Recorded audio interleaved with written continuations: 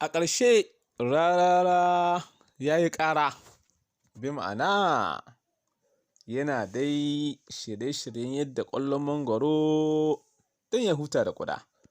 Mai sauraro, Assalamu alaikum, barka da yau, sannunmu da haɗuwa a wannan lokaci.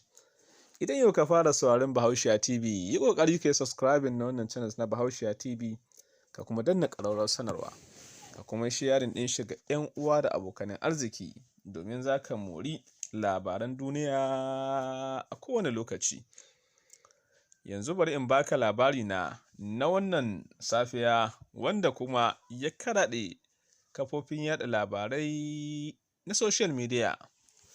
Fitaccen mawaƙin nan na Kano ko kuma na Katsina, domin ɗan asalin jihar Katsina ne, mazauni jihar Kano duka a arewa maso yamma a tarayyar Najeriya, kuma masoyi ga shugaban Najeriya Muhammadu Buhari, masoyin jam'iyyar APC, wanda ya yi suna a lokacin da ake neman cewa Malam Muhammadu Buhari ya zama shugaban Najeriya.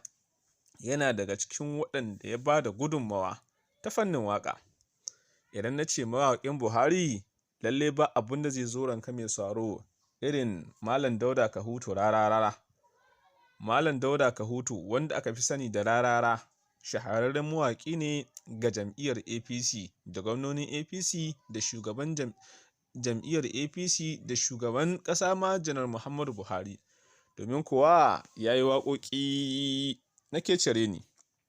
To amma wani abu da ba sabon ba, wai sai ga Rarara ya bayyana a jiya a kafofin watsa labarai na rediyo da ma talabijin, inda ya ce shi kam ba zai sake ma shugaba Buhari waƙa ba, sai fa idan masoya Buharin, wato kuma ma masoya Buharin waɗanda suka kaɗa mashi ƙuri'a, kuma ma waɗanda suka kaɗa mashi ƙuri'a ba yana nufin tsakanin ministoci ba ko masu ba shugaban ƙasar shawara ko gwamnoni, a'a yana nufin tsakanin talakawa.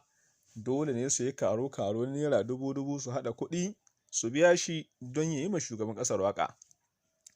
Wannan abu da Rarara ya faɗa ya sa an ca a kansa a social media. Wasu suna ce mashi butulu, wasu sun ce dama mawaƙa ba su da tabbas, wasu sun ce dama ai mawaƙa kaza ne ciki goge bakinki. Kowa dai na tofa albarkacin bakin shi. Wani na cewa sai da ka cika aljihunka kai ba wuri sannan yanzu za ka hito ka ce ba ka yi ma shugaban ƙasa waƙa. Kowa da irin abun da yake faɗi ga Malam Dauda Kahutu Rarara. Kai ma mai sauraro kana da damar da za ka faɗi, domin kuwa idan ka bi mu a wannan channels na Bahaushiya TV, ka yi subscribing kuma ka danna ƙararrawa, kana da damar da za ka ci gaba da sharhi akan dukkanin labaran da muke kawo muku a kowane lokaci. Kuma kana da damar da za ka bayyana naka ra'ayin kai ma a jiya. Yanzu kan bari in baka dama ka bayyana ra'ayinka bayan ka saurari waɗannan labarai da nake kawo maka. A madadin kowa da kowa a wannan YouTube channel na Bahaushiya TV, ɗan uwanka ke cewa na barka lafiya.